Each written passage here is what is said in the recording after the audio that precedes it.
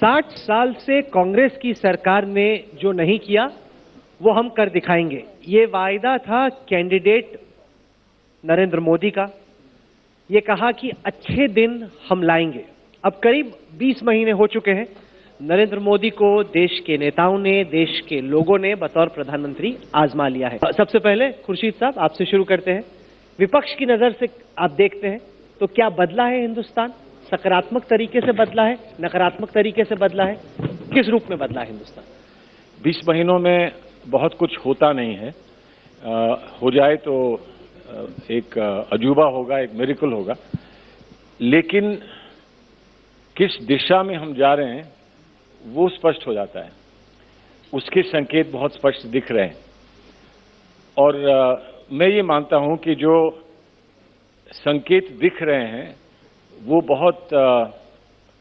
बहुत अच्छे नहीं हैं। मुझे डर ये है कि जो संकेत मिल रहे हैं वो समाज को खंडित करने के हैं।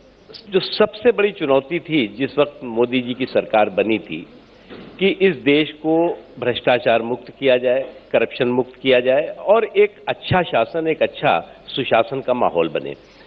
जो सबसे बड़ी उपलब्धि है 17-18 सालों की, 18 महीनों की, वो है कि दिल्ली के सत्ता के गलियारों से सत्ता के दलालों की नाकाबंदी और लूट लावे की तालाबंदी। ये अपने आप में बहुत बड़ी उपलब्धि इसलिए है कि जब हम सत्ता में आए थे तो सबसे बड़ी चुनौती थी कि हम उस माहौल को जो हमें विरासत में मिला है, करप्शन, स्कैम्स, कुशासन, जनधन की लूट, उससे हम देश को कैसे मुक्त कराएं और देश को कैसे हम विश्वास दिलाएं कि इस माहौल को हम बदल सकते हैं, और उसको हमने बदल करके दिखाया। चलिए ओवैसी साहब, मैं आप पे आता हूं। आपके हिसाब से 20 महीने में क्या बदल गया है हिंदुस्तान? किस रूप में बदला है हिंदुस्तान? ये एक 18 महीने की आप बात कर रहे हैं कि हमारे वजीर आजम की पहली स्पीच पार्लियामेंट में उन्होंने कहा कि 1200 साल की गुलामी के बाद हमको सत्ता मिला। अब हमको ये बात समझ में नहीं आती कि 1200 साल की गुलामी थी या 200 साल की थी। अब फिर प्राइम मिनिस्टर ये भी कहते हैं कि हमारे हिंदुस्तान में इमरान है, फिर हमारे हिंदुस्तान में अखलाक है। प्राइम मिनिस्टर इस्लामोफोबिया की बात कर देते हैं कि अगर काश पूरे मुसलमान सूफीज्म को समझ जाए तो बंदूक नहीं उठाते। तो ये इस्लामोफोबिया की एक बेहतरीन मिसाल है। तो 18 महीने में तो हम यही सुनते आ रहे हैं, जमीन पर तो कुछ हो नहीं रहा है, सिवाय इसके कि जो फ्रिंज है वो फ्रिंज एलिमेंट नहीं है, वो कोर एलिमेंट है इस गवर्नमेंट का। और यही बातें हैं जिसका आप देख रहे हैं कि मुल्क में एक बात जरूर मैं कहूंगा कि 18 महीने में मोदी सरकार का जो पॉपुलैरिटी ग्रोथ था वो तो अरेस्ट हो गया। अब नीचे कितना जाएंगे ये देखना पड़ेगा। उन्होंने कहा कि 18 महीने में फ्रिंज एलिमेंट्स, उनका मतलब ये है कि बहुत कम्युनलिज्म हो गया है, बहुत देश में गृह युद्ध की स्थिति हो गई। मैं उनसे सिर्फ इतना रिक्वेस्ट करना चाहता हूं कि वो एक ऐसा उदाहरण बता दें कि इन 18 महीनों में मुल्क में कहां पर दंगों का सैलाब है। एक उदाहरण बता दें, आपके हैदराबाद में आज से 18 महीने पहले जब यूपीए की सो कॉल्ड सेकुलर सरकार थी तो सैकड़ों जो नौजवान, मुस्लिम नौजवान थे, वो आतंकवाद और अलगाववाद और राष्ट्रद्रोही गतिविधियों में जेल के शिक्षों में थे। आज से पहले एक लंबी श्रृंखला थी कम्युनल राइट्स की, कम्युनल दंगों की। ओवैसी साहब, आप 3 दंगे बताइए कि मुल्क में 17 महीनों में कौन हुए? 3 दंगे का नाम बताइए। दंगे तो क्या इतने मशहूर होते हैं कि सबको पता होता है। साहब, भिवंडी में हो गया, मलियाना में हो गया। आप 3 दंगे का नाम आपको नकवी साहब, आप लोगों ने दंगों को कराने का आर्ट मास्टर कर लिया है।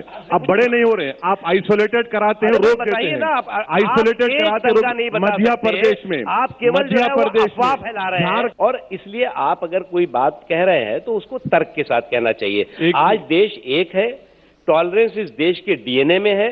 उसको ना हमारे सर्टिफिकेट की गारंटी है, जरूरत है, और ना आपके सर्टिफिकेट की जरूरत है। क्या ये बात जेब देता है वजीर आजम को कि एससी का, बीसी का रिजर्वेशन निकाल के एक रिलीजियस माइनॉरिटी को दिया जाएगा, मैं अपनी जान दे दूंगा? क्या ये बात सही है कि हिंदुस्तान के वजीर आजम को इस तरह की बात करना पड़ेगा कि अपने ही ओथ को वायलेट करेंगे? रिजर्वेशन तो दूर की बात है, मगर मैं अपनी जान को कुर्बान कर दूंगा। और एससी एसटी का रिलीजियस माइनॉरिटी कौन है वो? और फिर प्राइम मिनिस्टर ने, देखिए आपकी पार्टी के जिम्मेदार लोगों ने बयान दिया है नकवी साहब, मैं उसको कोट कर रहा हूं। जो ओवैसी साहब ने कहा, जब प्रधानमंत्री इस तरीके से रिलीजियस माइनॉरिटी के खिलाफ चुनाव के मंच पर जाके बयान देता है, क्या उसको चुनाव की हीट में दिया गया एक बयान कह के किनारे कर दिया जाए, या वो एक उससे बड़ी सोच झलकाता है? देखिए, मेरा जो रोल रहा है वो ये है कि ठीक है, एक हुकूमत है, जो गुजरात में भी था कि भाई इलेक्शन में जीत के आ गए, यहाँ भी हुकूमत है और 8-9 स्टेट में उनकी हुकूमत है। तो क्या ये हो सकता है कि 20 करोड़ मुसलमान ऐसी पॉलिटिकल पार्टी जो मुल्क में हुकूमत कर रही है, क्या उनसे वो आइसोलेशन में रहे? तो बातचीत होनी चाहिए, अपनी बात को रखना चाहिए, तो क्यों नहीं मिलना चाहिए? और आपत्ति है, बाकी सब मिलते हैं तो कोई प्रॉब्लम नहीं है। मुलायम सिंह साहब मोदी साहब को मिले तो कोई प्रॉब्लम नहीं, लालू जी मिले तो कोई प्रॉब्लम नहीं। अभी हमने देखा कि सोनिया गांधी जी और मनमोहन सिंह साहब 1.5 घंटे तक चाय की चुस्कियां ले रहे थे, तो कोई प्रॉब्लम नहीं। लेकिन अगर मुसलमान मिलते हैं मोदी साहब से तो प्रॉब्लम हो जाता है। ये कुछ अजीब बात है, क्यों नहीं मिलना चाहिए? 20 की बात कर रहे हैं, महाराष्ट्र में तो अब लागू हुआ। प्रोवेसी साहब, आपको मालूम होगा 2 बातें। एक तो कॉन्स्टिट्यूशन के डायरेक्टिव प्रिंसिपल्स में है, और वो कॉन्स्टिट्यूशन के डायरेक्टिव प्रिंसिपल्स बीजेपी ने नहीं लिखे थे, ये कांग्रेस की बहुमत थी उस गैदरिंग में। और दूसरा, कितने स्टेट्स हैं आपको मालूम है जहां कांग्रेस पार्टी के शासन में 20 बैन लगा? आप ऐसे बात कर रहे हैं जैसे महाराष्ट्र में 20 बैन पहली बार इतिहास में लगा। दूसरा, एनजीओ पे वॉर की बात की गई। सलमान भाई, आपने कोई वॉर कैसे है, किसी को बैन भी नहीं किया, केवल ये कहा कि आपके पास अगर FCRA का पैसा आता है, उसके कानून कायदे हैं और उसका हिसाब किताब देना लाजमी बनता है। जवाब दूं मैडम, हिसाब नहीं देंगे और कुछ भी कहीं भी कहां से पैसा आ रहा है, कहां खर्च हो रहा है, कोई सवाल जवाब नहीं। ये तो कांग्रेस के हुकूमत में ही ऐसी बेहिसाबी चल सकती है, और ना ही चले ऐसी तो अच्छा है। बीफ बैन में और काउ बैन में फर्क है। आप CSDS के स्कॉलर हैं, आपको फर्क मालूम होना चाहिए। यकीनन आप सही कह रहे हैं कि काउ के ऊपर कानून कांग्रेस ने लेकर आया।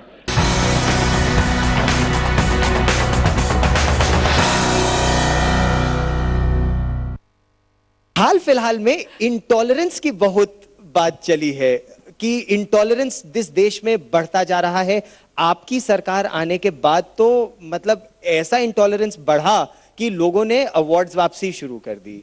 नयनतारा सहगल से शुरू हुआ और फिर वो सिलसिला बढ़ता गया। क्या कहेंगे आप अब इंटॉलरेंस पर? मैं इतना ही कहूंगी कि हम देश की ऐसी चुनौतियों को अगर इन पलड़ों से आके, जिसमें राजनीति ज्यादा भारी पड़ती है, तो वो देश के साथ न्याय नहीं होगा। एक हिंदुस्तानी होने के नाते मैं ये भी आपको याद दिलाऊं, और याद इसलिए दिला रही हूं क्योंकि आपके चैनल पर वो खबर चली नहीं थी, कि एक वक्त ऐसा भी था कि राजस्थान में कांग्रेस की सरकार थी और एक गांव को, जिसमें मुख्यतः हमारे मुस्लिम समुदाय के भाई और बहन थे, उन्हें घेर कर गोलियों से भूना गया। तब किसी ने अवार्ड वापस नहीं किया था। लेकिन ये भी एक सच है कि लोकतंत्र की नींव ही है कि जिसे जो अच्छा लगे वो अपनी भावना को व्यक्त करे कानून की मर्यादा में। ये भी सच है कि कानून का उल्लंघन करने पर दंड देने का अधिकार प्रदेश की सरकारों का है। मैं इतना ही कहूंगी कि अगर मुझे लोग जब पर्सनली पूछते हैं टॉलरेंस के बारे में, आप कुछ कहिए, तो मैं लोगों से कहती हूँ, मैं एक हिंदू महिला हूँ, पारसी से ब्याह किया है, जिन बच्चों को अपनी कोख से जन्म दिया उन दोनों को हिंदू नहीं पारसी बनाया। इससे बड़ा मैं प्रमाण अपने देश को नहीं दे सकती टॉलरेंस का। इंटॉलरेंस कह रहे हैं लोग बढ़ रही है, ये भी कह रहे हैं कि पर्सनल वेंडेटा आपकी सरकार बहुत जबरदस्त निकालती है। मतलब राहुल गांधी अमेठी के हैं, आपके प्रतिद्वंदी रहे हैं अमेठी में, वो तो प्रधानमंत्री नरेंद्र मोदी पर सीधा निशाना इस समय कस रहे हैं कि ये पर्सनल वेंडेटा जो है ये प्रधानमंत्री मोदी के इशारे पर हो रहा है नेशनल हेराल्ड केस में। इससे बड़ा अपमान हमारे देश के लोकतंत्र का और जुडिशरी का विशेषता नहीं हो सकता। अगर हमें यह लगता है कि देश की जुडिशरी किसी के रहमो करम पर चलती है, किसी के आदेश अनुसार चलती है, तो इससे बड़ा अपमान एक हिंदुस्तान के न्यायालय का नहीं हो सकता। आज जो मैं घटनाएं देखती हूँ नेशनल हेराल्ड केस के संदर्भ में, और जिस प्रकार के बयान राहुल जी दे रहे हैं, उससे राष्ट्र को शायद एक ही संकेत मिलता है कि अगर देश का कानून और न्यायालय गांधी परिवार के सामने घुटने नहीं टेकेगा तो देश का संसद चलेगा नहीं। ये देश के कितने हित में है, यह हर हिंदुस्तानी को सोचना पड़ेगा। इसका मतलब यह है कि राहुल गांधी या उनकी मां अगर उन्हें अदालत समन करती है, उनका यह कहना है कि ये सरकार के इशारे पर हो रहा है, सरकार के आप इशारे। यहाँ जितने महानुभाव बैठे हैं देश की राजधानी में, उनसे पूछ लीजिए, क्या देश के न्यायालय किसी के रहमो करम पे आदेश पे चलते हैं? अपने आप में इंडिपेंडेंट हैं और हर हिंदुस्तानी को इस बात का फक्र है। तो चाहे वो कितने भी लांछन लगाएं देश की जुडिशरी पे, लेकिन साधारण हिंदुस्तानी से पूछेंगे तो अपनी जुडिशरी की इंडिपेंडेंस पे, स्वतंत्रता पे हर हिंदुस्तानी को नाज है।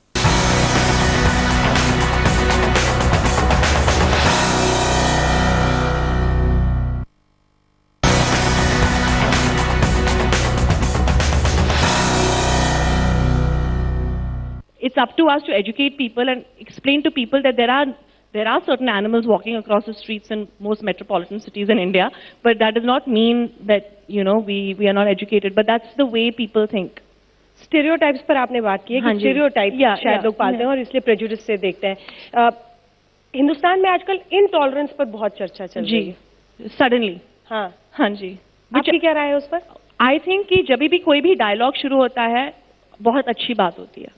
I think when a country is ready for dialogue and ready for discussions, I think it's great because that just means that people are very aware of what is going on in the world. But intolerance है हिंदुस्तान में? Just like I said, first of all, I think, like I said, it's a broad term. I feel like that intolerance has always been there. There's always been judgments. We've seen all the kind of riots that have happened in the past 60 years, I think. And it's intolerance on different levels. We have too many religions in our country. We have too many languages. We have too many things. But at the same time, like I said, there will always be stereotypes. There will always be judgments. And the fact that people are aware that this is happening and there's dialogue on it is a very healthy atmosphere. ठीक है, अब वक्त हो रहा है खत्म करने का, लेकिन आपने कहा था ना मुझे कि जर्नलिस्ट के तौर पर आप भी ट्राई करती होंगी कि कुछ बेहतर उससे होगा। तो आप मुझे जाने से पहले एक सवाल अशोक जी पूछना चाह रहे हैं, माइक दीजिएगा। क्या पूछने वाले हैं? इंटॉलरेंस की जो बात हो रही थी, आमिर खान ने कहा था कि उनकी वाइफ बोलते किरण राव कि ये देश रहने के लिए कहीं छोड़ के सोचना चाहिए जाने के लिए। तो क्या यह बयान, काफी आलोचना भी हुई इनकी इस बयान की जी, कि जिस देश ने उनको इतना बड़ा बनाया, इतना सब कुछ दिया, बट ये इसी देश में सुरक्षित महसूस नहीं कर रहे। स्पीच देखी है आपने? उनकी पूरी जो उन्होंने कॉन्वर्सेशन स्टेज पे उन्होंने किया था, आपने वो पूरा देखा है? कि आपने सिर्फ वो एक स्टेटमेंट जो people have taken out of context and said it. I understand कि हम ये बहुत सारी चीजें, this is called living room talk, जैसे कि आप दिल्ली के बारे में बोलते हैं, यार पोल्यूशन इतना है, it's so horrible, we should not live here any more. I don't think so. And I think clarification Aamir Khan ने दी थी कि I will never leave my country, it has given me a lot of things, but he basically said, I'm really scared that this thought is even entering my mind. This should not even enter my mind because, you don't want to grow up in an atmosphere which is so fraught with so many things. And that's all that he was saying. He was not, I don't think he was criticizing. And if somebody can't critique something, that does not make him anti-national. The whole atmosphere in our country should be that we should be allowed to speak, we should be allowed to talk, we should allow constructive criticism is always healthy. Like I said, any discussion is healthy. So if somebody is criticizing my performance, I'm not going to think that they are judging me as a human being. I think they're judging what I'm putting out there. You should never take it to heart. So yes, Amir Khan is one of the biggest stars of the country, but he was laying out his fears, and the very fact that people have been so negative and disgusting towards him, now do you think he will ever speak about any issues like this again? Do you want to do that to somebody? I keep giving my opinions. Do you know how much I know on Twitter, if I say something which I'm not okay with about some ban or the other, the kind of stuff people tell me, and people who come from very serious backgrounds who actually are going to affect change in the world, and they're saying nasty, misogynistic, gross things to me. And I'm just like, it's okay, it's fine. But after a certain point, I'm like, why am I hearing these negative things? People don't want to hear it only. So you rather accept it and understand why an intelligent man like Amir Khan is saying something like this, and in what context does he mean, instead of getting on the bandwagon and saying he's wrong, he's anti-national, he's this, he's that. You have to see it in the context that he was saying. Yes, maybe it was a bit too extreme what he said, but it does not mean what he said was not relevant. So I think in a lot of ways, I think we are jumping on some. I think anything, like I said, an atmosphere for dialogue is always healthy. So that's all. Thank you so much. की बहुत कमी है. अच्छा प्रसून जी एक सवाल. Hello एक सवाल सोनम जी. Oh God, क्या पूछ रहे हो? पिताजी यानी अनिल कपूर भी फिल्म इंडस्ट्री में. हाँ जी, हाँ जी. बेटी भी फिल्म इंडस्ट्री में. हाँ जी. बेटी भी फिल्म, हाँ जी, हाँ बेटी जी. भी फिल्म हाँ इंडस्ट्री जी. में. तो आप तो हमेशा बच्ची ही रहेंगी इस बॉलीवुड के लिए. Oh God, thank you so much. लेकिन ये स्ट्रेंथ देता है या फिर कमजोरी है? I think ये दोनों ही है. बहुत ही अच्छी saying है कि there's not much that grows under a banyan tree, but one thing that can grow is a shadow. You know, or you have to be so bright and shine so, you have to work so hard that you kind of eclipse everything. So it just motivates you to work harder and do better. So yes, there's a negative where you have to work harder and you have to prove yourself more. And the positive is like लोग मेरे dad को इतना इज्जत देते हैं कि वो जो इज्जत है वो इधर भी आ जाती है थोड़ी. And those expectations are there because he's so loved. मेरे डैड कहते हैं कि never disown the fact that you're my daughter. क्योंकि मैंने 30 साल इतनी मेहनत की है so that I can give my children everything. And I think that's the best thing about parents in India. They work hard to give their children everything. And so if I'm benefiting from him, it just makes him happy. My job is not to make sure कि उनकी नाक नहीं कटती है. And I work hard and I do the best I can in the industry. That's it. अच्छी question थी, थोड़ी politically safe. बहुत ही soft थी. सोनम को लगता है डर लगता है कि लोग ज़्यादा ना बोल दूँ खुद से. नहीं मैं the problem is कि मुझे पता है कि अगर मुझे कोई क्वेश्चन पूछेगा तो मैं सच बोल दूंगी और फिर next day front page news हो जाएगा कि सोनम ने ये बोला वो बोला और मेरी डैड बोलेंगी क्यों बेटा क्यों करते रहते हो ये सब. टेक टू अटेम्प्ट टू गाने के साथ करें क्या? Oh God यार प्लीज मत करवाओ. To end it? Okay fine. Okay. Wow. Siddiq, last question. Thank you. Please ask the question. आप आ रहे हो मेरे साथ डांस करने?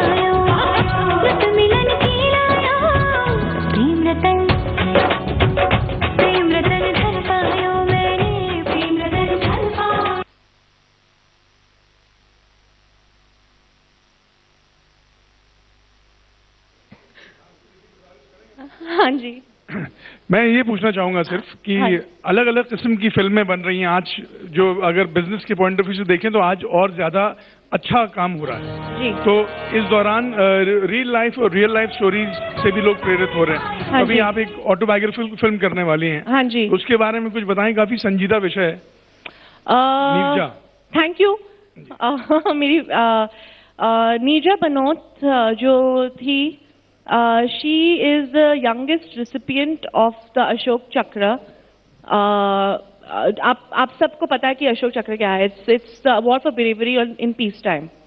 And वो एक मॉडल थी who became a Pan Am air hostess और उन्हें bravery award मिली थी from America, from Pakistan and from India. And I had the opportunity of playing this character. And I think आज कल का जो atmosphere है to do this kind of film, I think is very relevant. But you're right. The fact that I've gotten this opportunity is because it's easier to get these kind of opportunities now. Films like a Queen, like a Khoobsurat, like a Piku, like Ranjana, these female-oriented, strong films are doing well now, which have content-driven films are doing well, unless they've got Salman Khan in it. But again, he's done very good films. Bajrangi Bhaijaan and Prematandan Payog were well received by critics as well as the audience. So, आजकल content is king.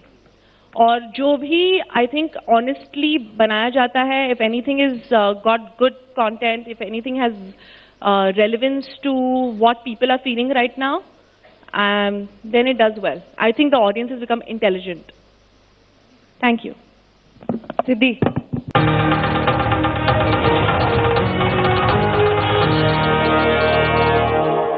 she can't do the step on this song. Prem Ratan Dhan पायो, प्रेम रतन धन पायो, रत मिलन की लायो, प्रेम रतन धन पायो मैंने, Prem Ratan. Thank you so much. Thank you for listening so patiently to my ramblings. Thank you. Thank you very much.